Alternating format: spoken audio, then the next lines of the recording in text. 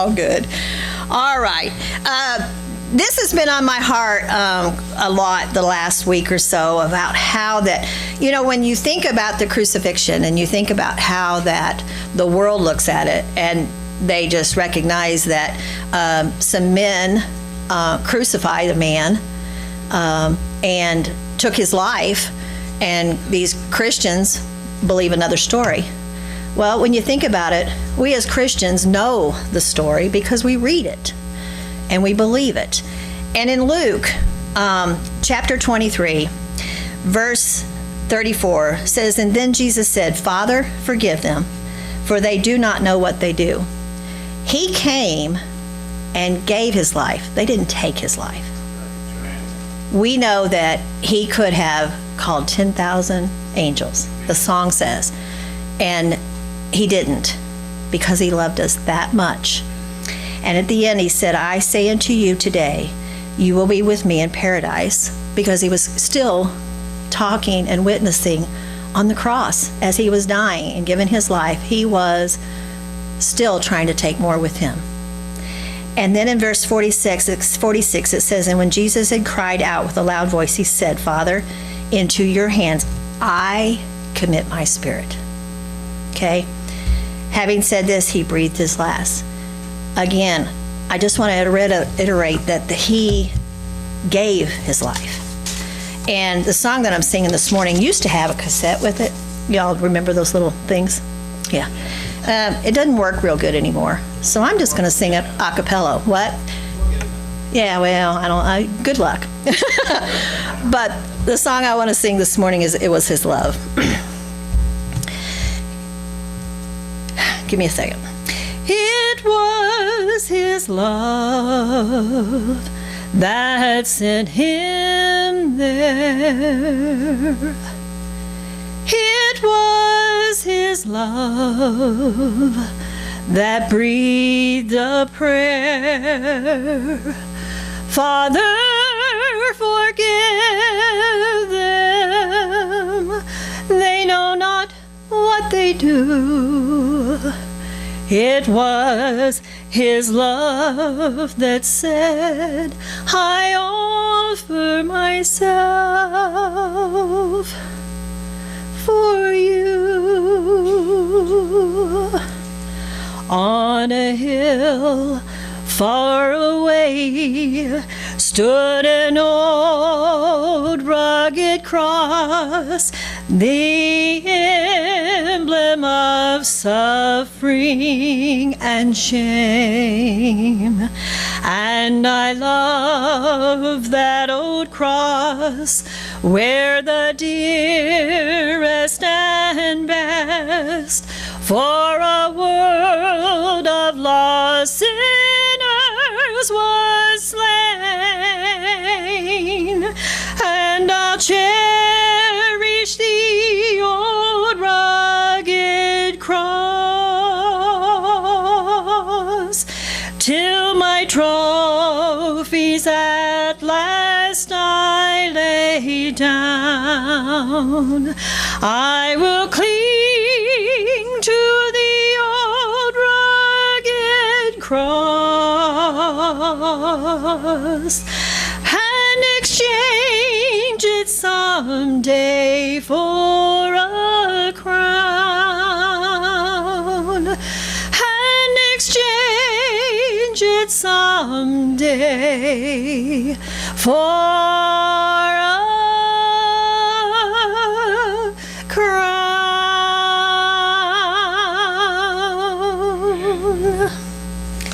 Amen.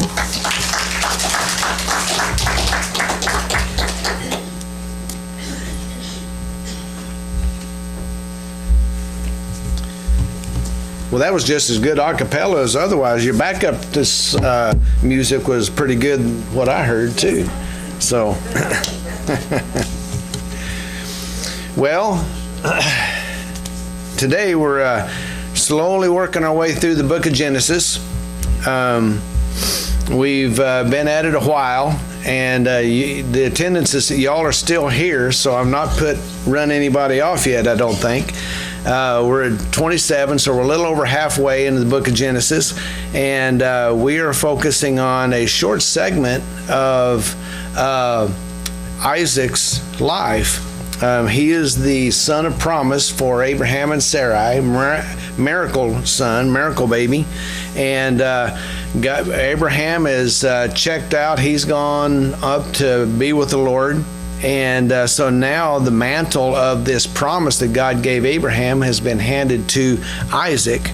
And we're going to take a little bit of a look at his life. But before I do, I got to share a little story.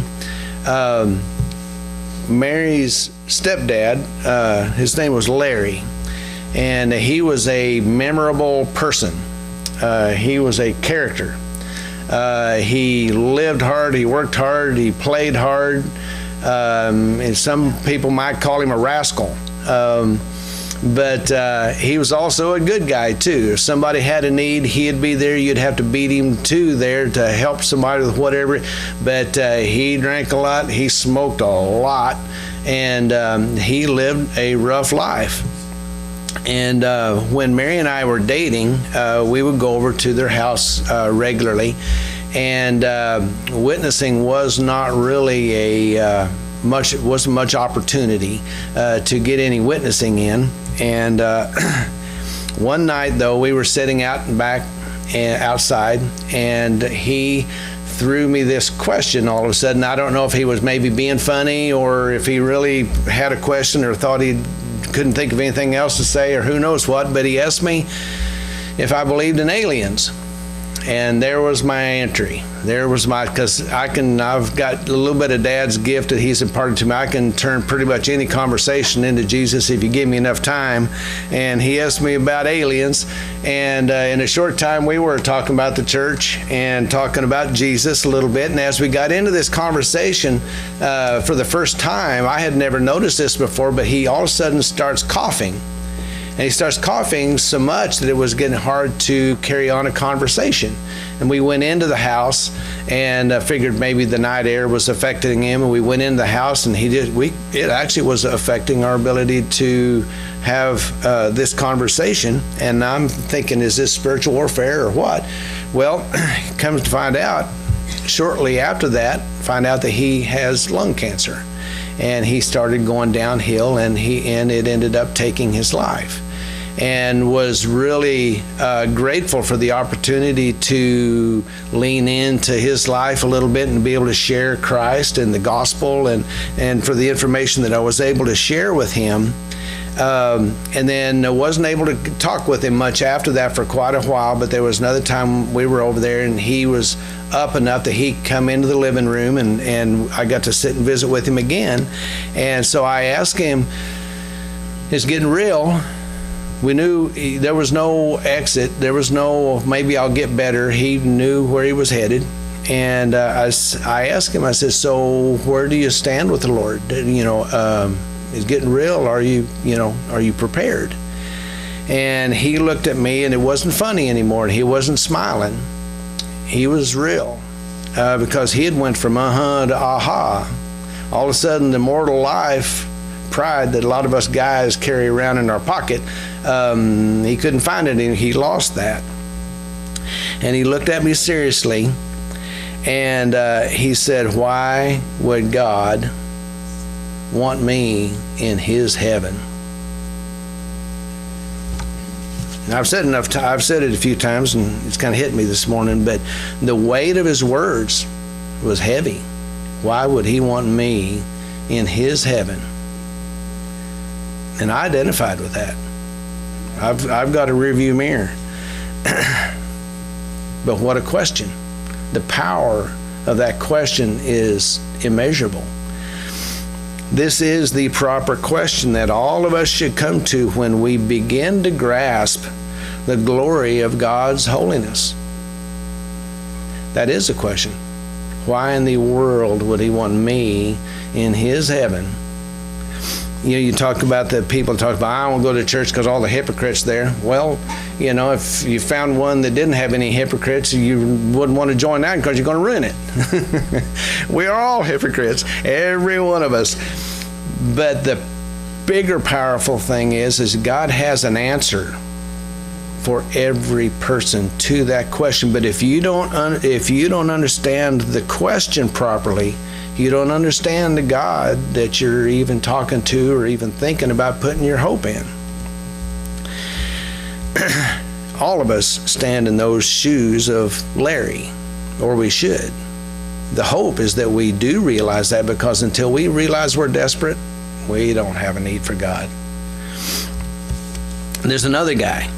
His name was Saul.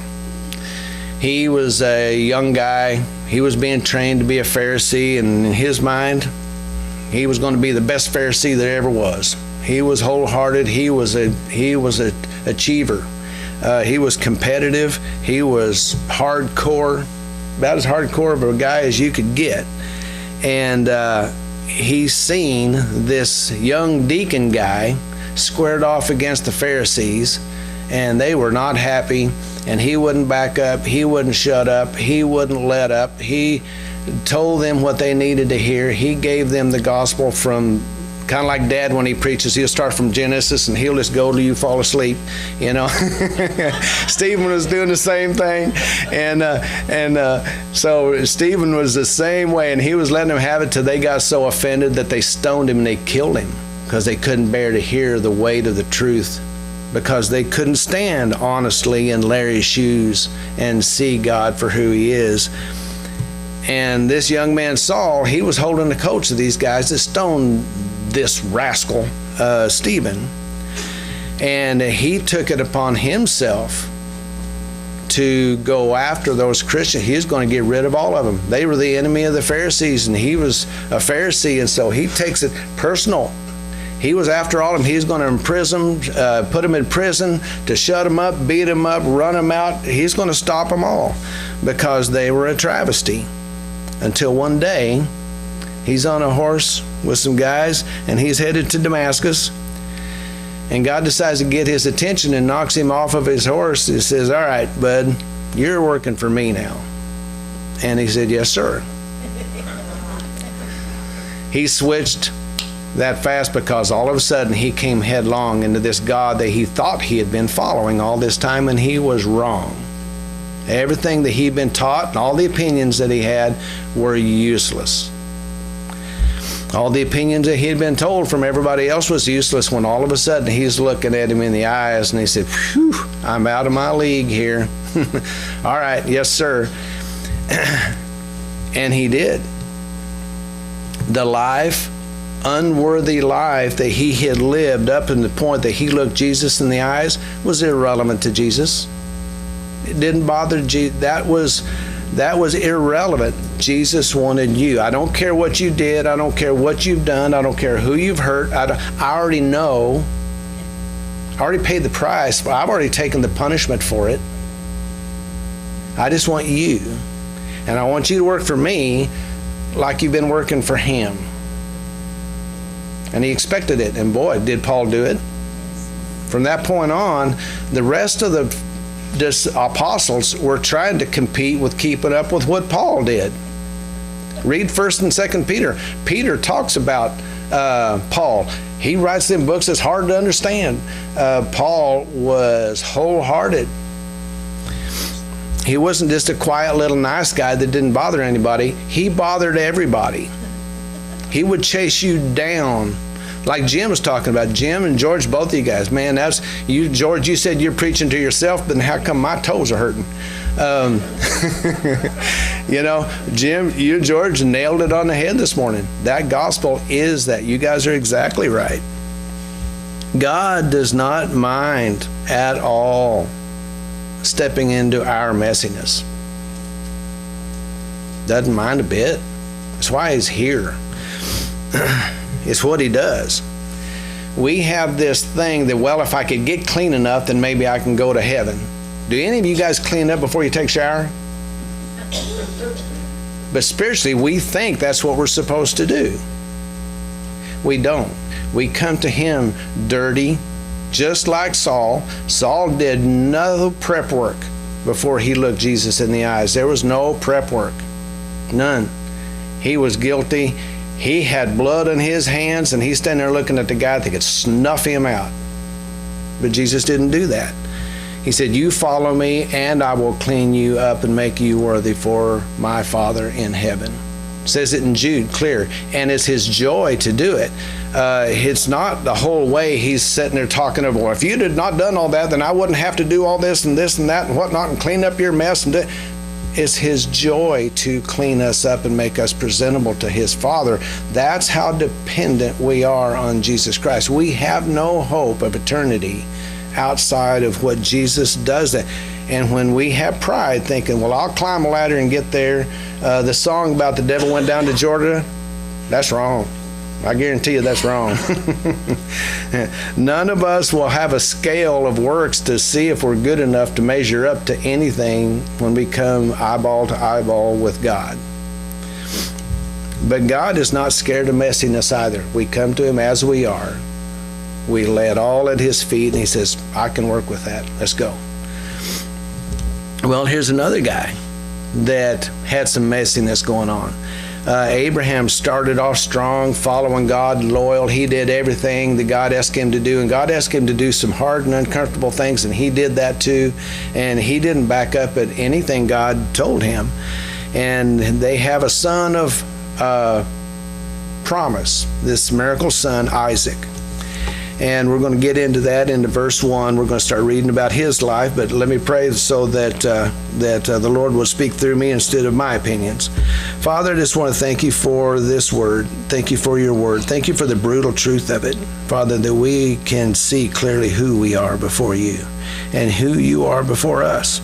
Father, that your glory and your holiness would convict us and show us how much we need you, Lord.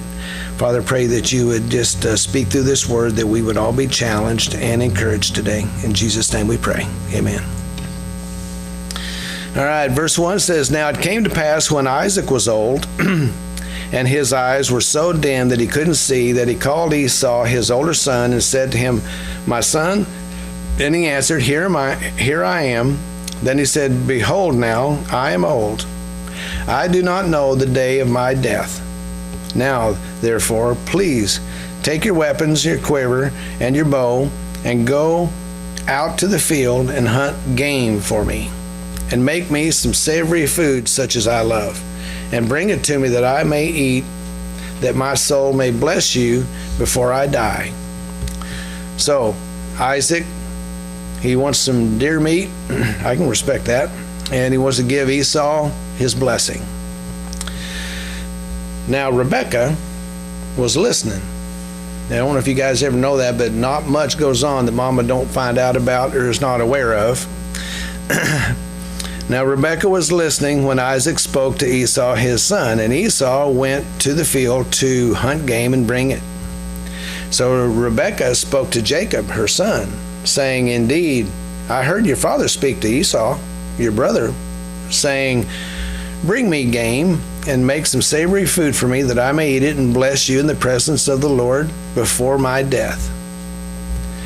Now we got to go back just a little bit and get a little bit of backstory.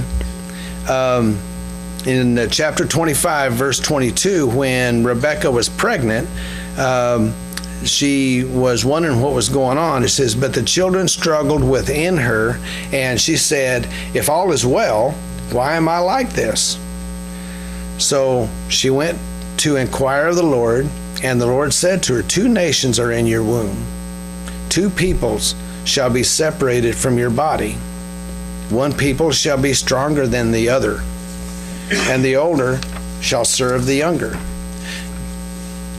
God had given her a prophetic message, but it doesn't sound like Isaac is aware of it.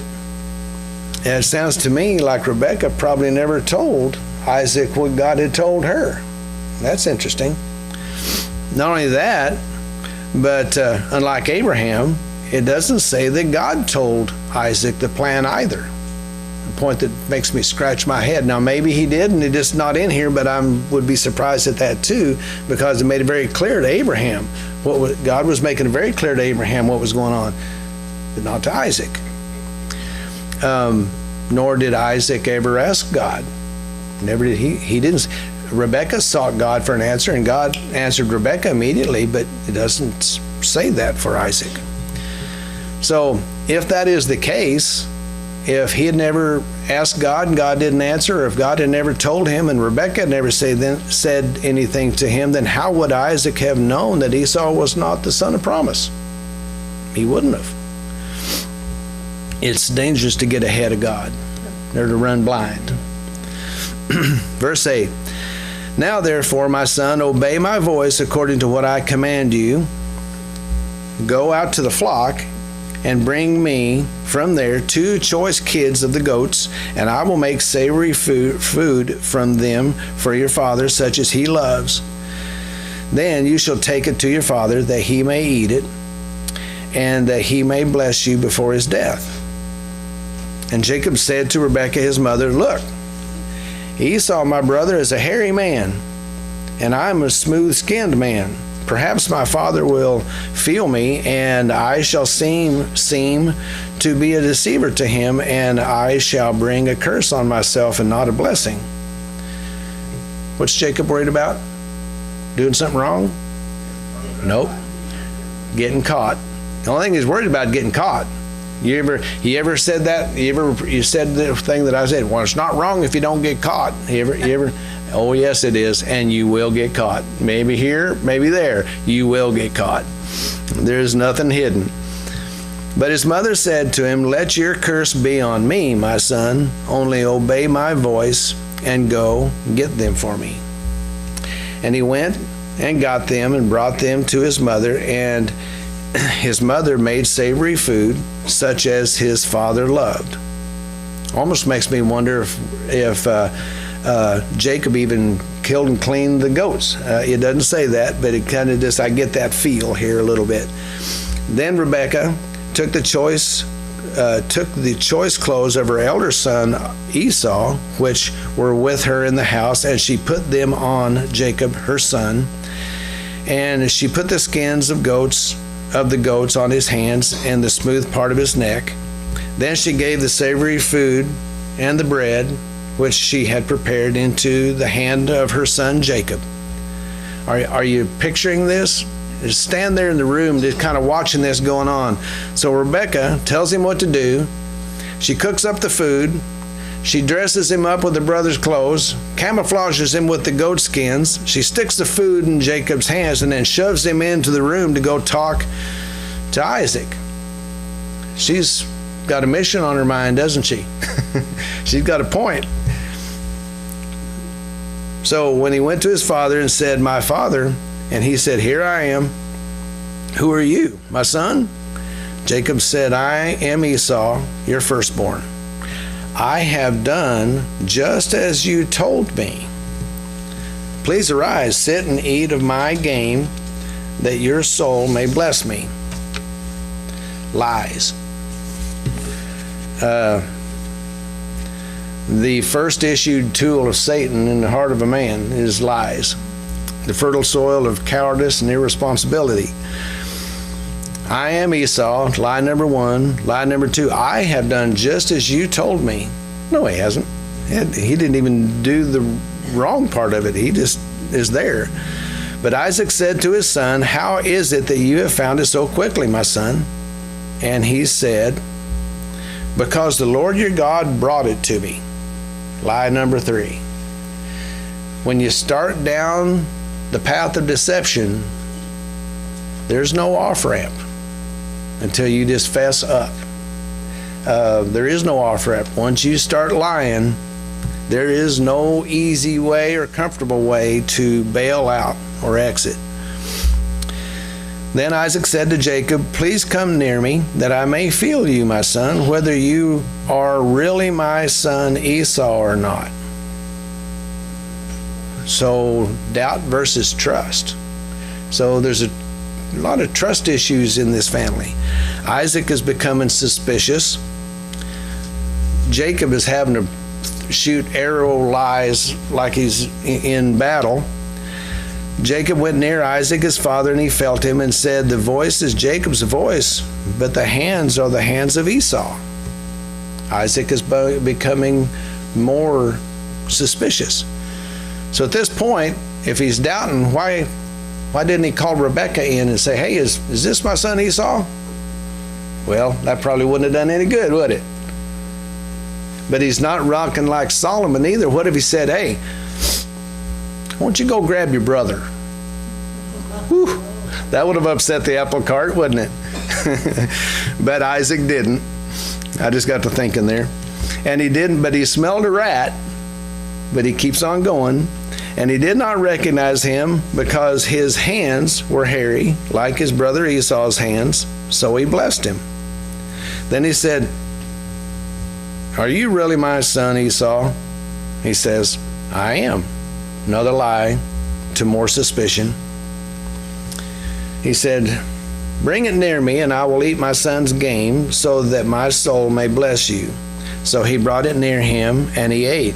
And he brought him wine, and he drank. Then his father said to him, come near now and kiss me, my son. There was a motive behind that. It wasn't just it was not an expression of affection. He's still uncertain. And he came near and kissed him, and he smelled the smell of his clothing and blessed him, and said, surely the smell of my son is like the smell of a field which the Lord has blessed. Jacob passes the sniff test. Does Rebekah know her husband? She got him read like a book. She knew everything that he would do. She nailed it shut. She knew her husband well. So Isaac goes on and says, therefore may God give you of the dew of heaven, of the fatness of the earth, and plenty of grain and wine. Let people serve you and nations bow down to you. Be master over your brethren, and let your mother's sons bow down to you. Cursed be everyone who curses you, and blessed be those who bless you. Did anybody hear them quote that ever quoted today? It still stands. That still stands. Now it happened as soon as Isaac had finished blessing Jacob, and Jacob had scarcely gone out from the presence of Isaac his father, that Esau his brother came in from hunting. Wow, that was close. What if Esau had come in there just before he got out of there? That could have turned kind of ugly. It's a good thing he left when he did. He also made savory food and brought it to his father, and said to his father, let my father arise and eat for his son's gain, that your soul may bless me. And his father Isaac said to him, who are you? So he said, I am your son, your firstborn, Esau. All of a sudden now, being the firstborn and the birthright, all of a sudden is kind of becoming important. All of a sudden now he needs to draw on it. It wasn't important before. Then Isaac trembled exceedingly and said, where is the one who hunted game and brought it to me? I ate all of it before you came, and have blessed him, and indeed he shall be blessed. Why couldn't Isaac just revoke the blessing?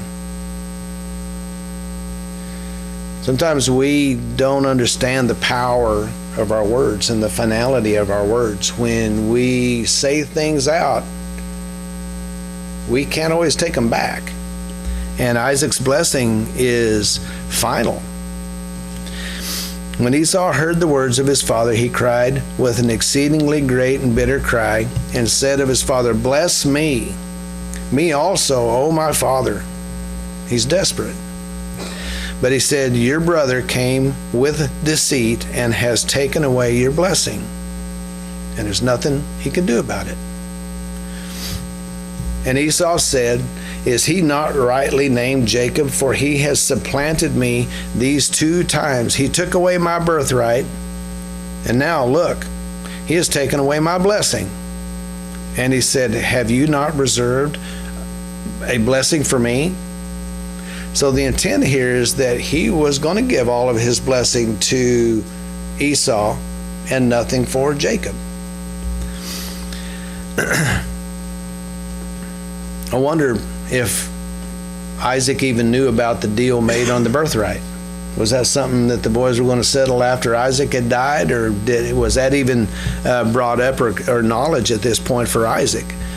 But in truth, Jacob did not deceive Esau with the birthright, nor did he take his birthright from Esau. Esau traded his birthright for a bowl of soup and a hunk of bread. That was not on Jacob. Jacob valued what God valued. Esau did not. Here, Esau is just wanting a blessing. He's not valuing what God values. Then Isaac answered and said to Esau, "Indeed, I have made him your master, and all his brethren I have given to him as servants. With grain and wine I have sustained him. What shall I do now for you, my son?"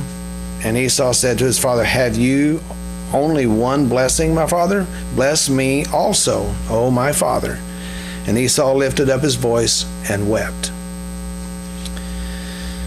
Then Isaac his father answered and said to him, "Behold, your dwelling shall be of the fatness of the earth, and of the dew of heaven from above. By your sword you shall live, and you shall serve your brother, and it shall come to pass, when you become restless, that you shall break his yoke from your neck." That actually took place. That prophecy took place, that blessing. King David initially had conquered Edom, the offspring from Esau, and placed them under a yoke of servitude, and you can read about that in Samuel chapter 8. Edom successfully revoked and gained independence during the reign of King Joram of Judah in 853 to 841 BC. So this actual blessing did take place quite a ways down the road. These blessings that you hear, the promise that God gave Abraham, read that blessing. Not all of that has even happened yet. Some of that still has. People often say today that Israel is replaced by the church. Oh, no, it's not. Go back and read what God said. And when God makes a promise, there is not an opinion on this planet that can stand against a promise that God made. And so read the promise God made to Abraham. Read the blessings of Isaac and see those hold. Those are permanent. Verse 41. So Esau hated Jacob because of the blessing with which his father had blessed him. And Esau said in his heart, "The days of mourning for my father are at hand, and then I will kill my brother Jacob." And the words of Esau, her older son, were told to Rebekah. Boy, she's got a good spy network too. Man, she is sharp. So she sent and called Jacob, her younger son, and said to him, "Surely your brother Esau comforts himself concerning you by intending to kill you. Oh, I got some news for you. Now, therefore, my son, obey my voice." Again, here's some more advice. "Flee to my brother Laban." Now, later we're going to learn about Laban as well. He's just like Rachel. There's a family of them. Yes, Rebecca. Thank you, Rebecca. So she's sending him up to Haran, way up north, outside of the land of promise that God had told Isaac to stay within. Well, he goes on up to Haran to go to her family.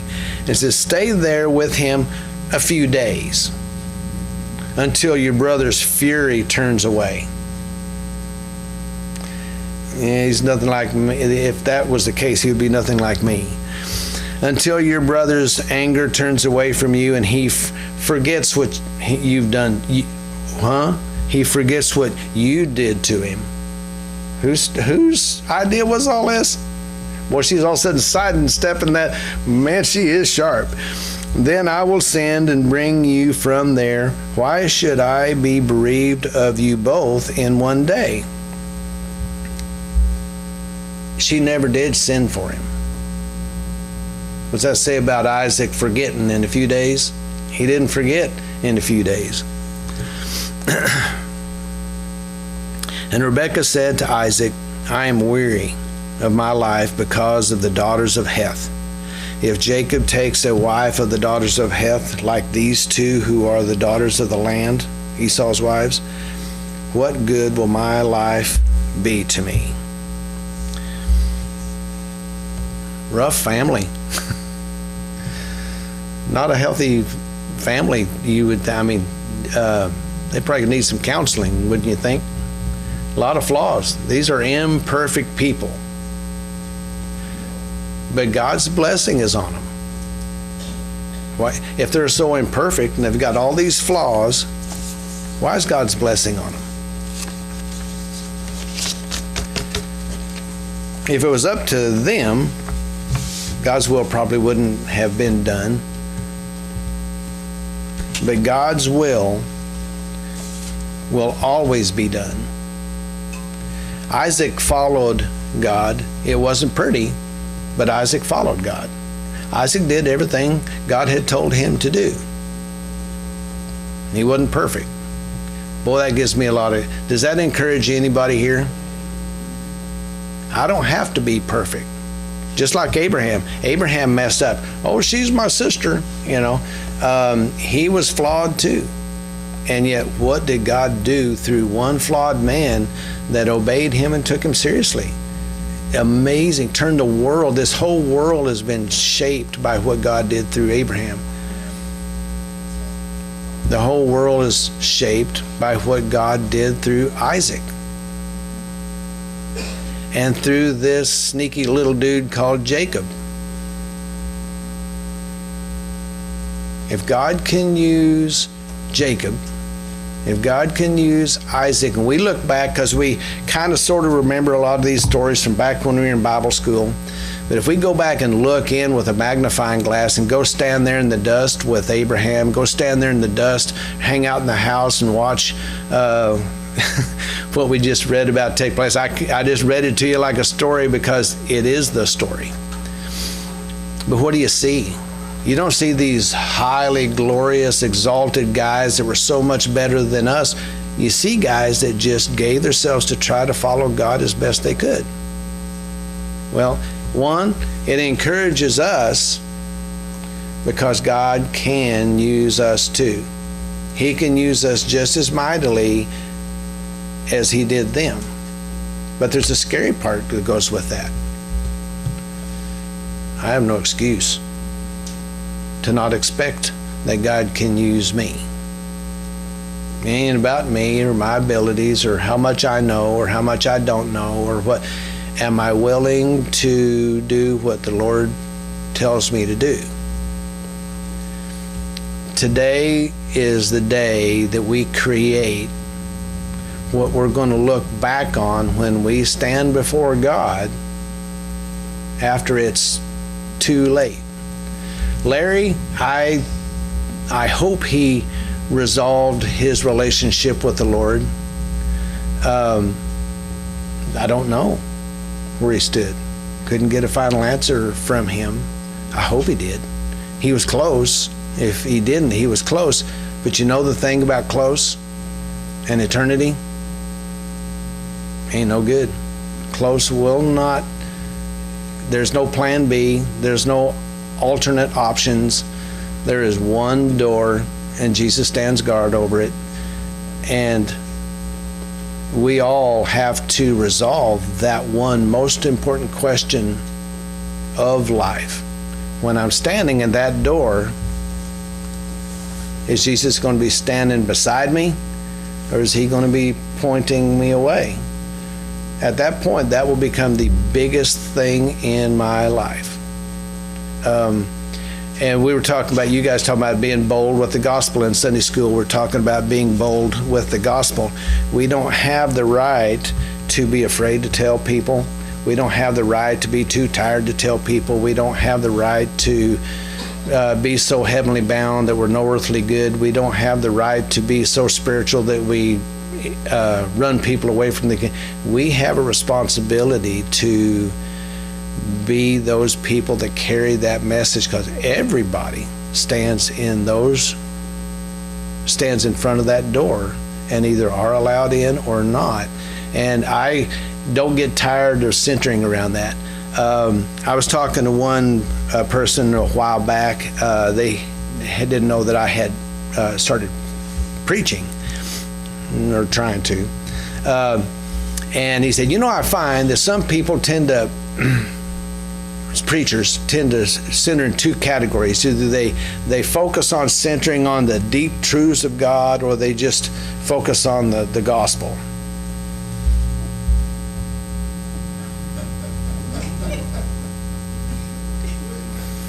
Really?